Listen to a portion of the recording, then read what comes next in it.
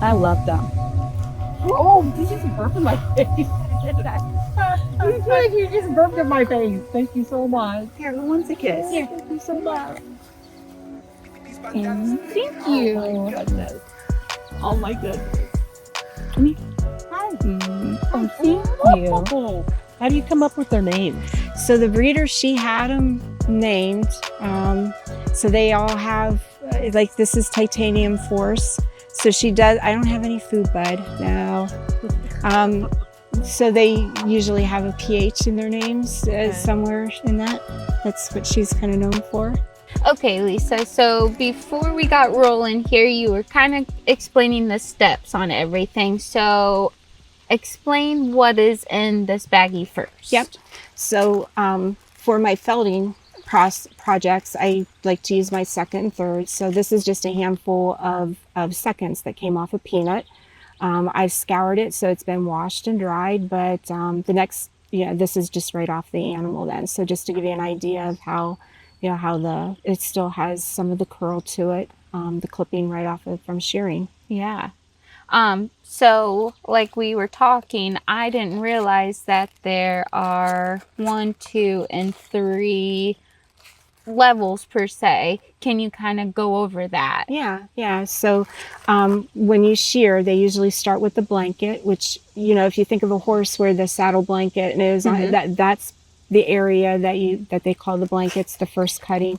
That's usually the premium cut that comes off of the animal, and that's usually what you save to have made into the yarn. It'd be the softest that you'd want up against your skin, like so if you're making the scarves or the hats or gloves, that usually you use your first cuttings for that. Okay. The second cutting is what they do then, usually the necks and part of the back part of the top part of the animal. And then the third cutting is really considered scrap, if you will, and it's the legs and some of the more curly and more of your guard hair or stuff that's on the belly and the leg area. Okay. Now we've been chit-chatting off and on camera, and so I had asked earlier, from start to finish, from shearing to finishing like your project with the inserts for the boots, how long does that take you?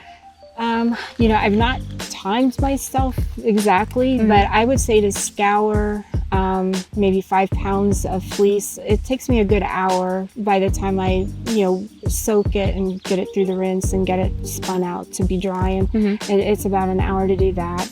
To card it, to pick it, it doesn't take as long. You just kind of run that through. And then to card it, I've been still playing around with it to see how long. Usually two times through the carder will give me a good enough quality for me then to let the felting loom do the rest of the work for me. Okay. So this was the example of the first or the second cutting just washed, and then I do have an example of then when I run it through a carder. This is Mighty Mouse, and it's, you can start to see where the material's starting to fan out a little bit, and the fiber's starting to open up. Yeah. And then this is an example of a piece. Now this one I wasn't using for the insoles, but this is kind of like what a sheet would come off. So if I lay several layers of this down and put it through, it starts to get your felted mat there. Okay. Wow. Now this one I was playing around, so I was taking some of the washed thirds, which you can see how much coarser it is. And I was trying to do some embellishment just to see how that works from an art type thing.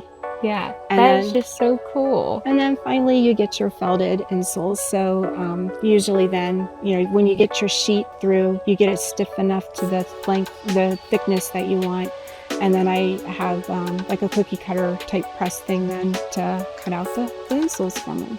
That is just so cool. And these just seem like they would be super warm, especially if you're working outside during the winter time, or for even deer hunters, put them in their boots and stuff in the winter time. So yeah, that is just so cool.